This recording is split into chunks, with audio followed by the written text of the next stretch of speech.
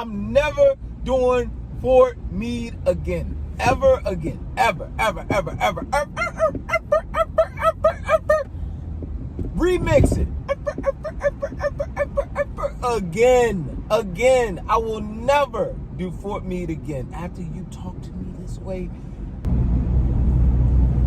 What's going on, everybody? Welcome to GIG-OPOLY, where we here to corner the market in the gig economy. My name is Marcus DeLeons, and I'm going to talk to y'all today about delivering on military base. Okay, give me 5 minutes of y'all time.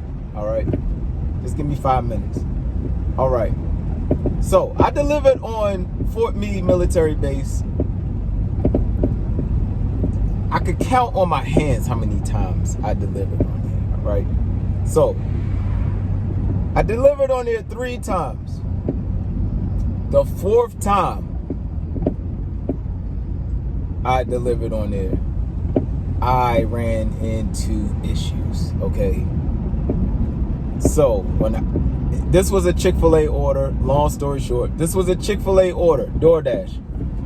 The Chick-fil-A order was $15, and I was like, oh shoot, I could bang this out in like 20 minutes. Let me get this quick 15. All right, so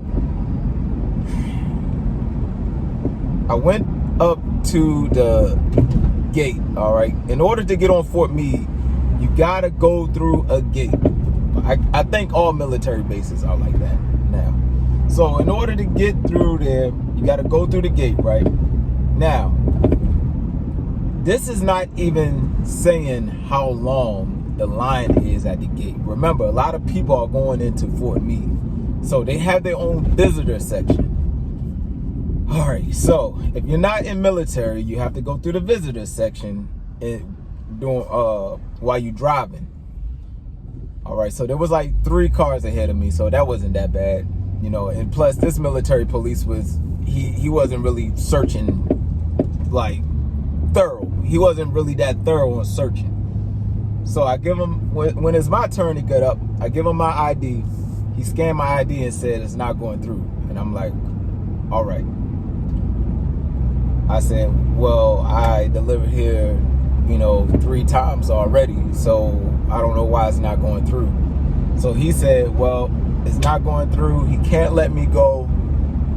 He told me that I have to go to another area where I got to get registered in. And I'm like, well, nobody told me I had to get registered before. He's like, well, sorry to tell you. He said either you take the food back or you go ahead and get registered. So I'm like, all right, I'm not going back. All right, so I'm thinking the registration thing is going to take like a few minutes. All right.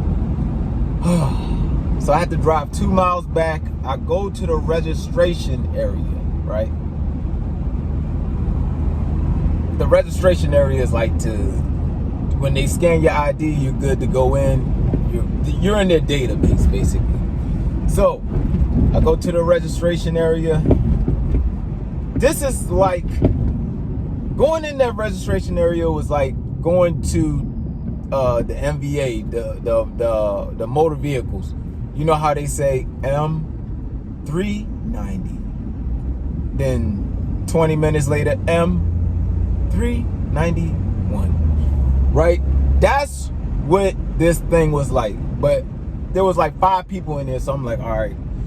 I had to take a ticket, wait for my number to get called.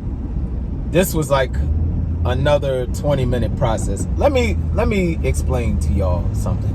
All right, this $15 was supposed to be made in 20 minutes. Okay. All right, this $15 was supposed to be made in 20 minutes.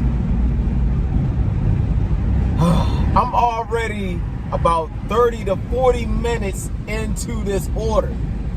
So I'm texting the customer, and she like, oh, no problem, blase. She even said she'll meet me at the gate. But you know what? I delivered I don't want to go through this problem, so I wanted to go ahead and get my ID scanned in the database, I guess. So, you know, she says not a problem, you know, blah, blah, blah. But I want to say this one thing. The military customers are like the nicest customers, period. They are like the nicest customers, and they have the most patience. And I think I know why they have the most patience, because they know how the gatekeepers are. All right? So, I got my stuff done. I got scanned in their database. I head back down to the gatekeepers. They change shifts, right? It's a different military now. This is military police. So me, I'm not in the military. I don't know if they are with the army or the military police is their own separate entity. Bro, I don't know if this guy have been in a divorce a couple hours ago. You know, he must have found out his wife was cheating or something. Something was wrong with this guy, all right? So, I get there, right? The line was long too, all right? It was like 5 cars, all right? I get there, I pass this little stop sign. It was like this small, all right? And he's like, hey, go back. Can't you see the stop sign? I'm like, what? All right, so in my head, I'm like this. The whole time he's talking, and you know, he's actually shouting and still yelling at me. And all I did was back my car up nicely, back to the stop sign. So he put his gloves on, you know, like walking to my car slow, like slow. I'm like, oh my God, yo, like, what is your problem, dude? What have I done? I didn't even do nothing to you. All right. He says, wind your back windows down. All right, this is how he's talking. Wind your back windows down. I wind them down. Give me your ID. Bro, if this was the 20-year-old Marcus, we wouldn't have made it this far, bro.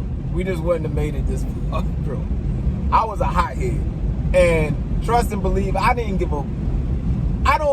care what form of military or who you was. It could go down. But the older me, the future me is like, all right. So I give him my ID. All right. So he scans the ID. And I'm like, yeah. In my head, that's what I'm like. Because I got my ID. I'm in the database. Now what? All right. Anyways. So he says, you know, he gave me back my, no, he ain't give me back my ID. He told me to get out the car, like, get out the car. Oh, what, dude? What? Why do I have to get out the car? All right. Pop your trunk. I'm like, oh, come on, bro. I'm like, no.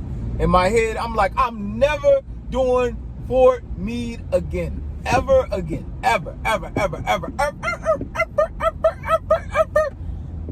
Remix it. Again. I will never do Fort Meade again. After you talk to me this way, all Fort Meade residents, I apologize. The military police screwed it up for y'all. All right, I popped the trunk. You like, close the trunk. Get back in the car. Bro, I mean, is that how you talk to your kids? Is that how you talk to your wife if she have been cheated on you? I mean, yo, people are so miserable in life, yo. It's crazy. It's crazy. Bro, you're a military police. Like, you can even relax. You can relax, bro. You got a job. You're a military police. After that, he gave me my ID and he said, "You're good to go." All right, so I go. I get to like 1 mile in the base, and then the GPS start acting up. I'm like, you know what? So I went off-grid GPS. I use Waze, or whatever. I used that GPS, so that worked. I delivered her Chick-fil-A, and yeah, her kids was happy. But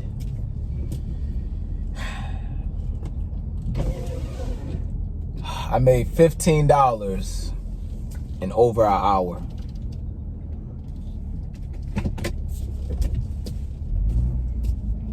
$15 over an hour. I'm here at the gym with my wife. I just got off my primary job. So subscribe to the channel, man. Subscribe to the channel. We're gonna do more talking about, you know, gigs and stuff like that, and how can we, you know, tips and tricks. I got some tips and tricks up my sleeve, and I got some info for y'all, for the ones who don't read all the terms and conditions.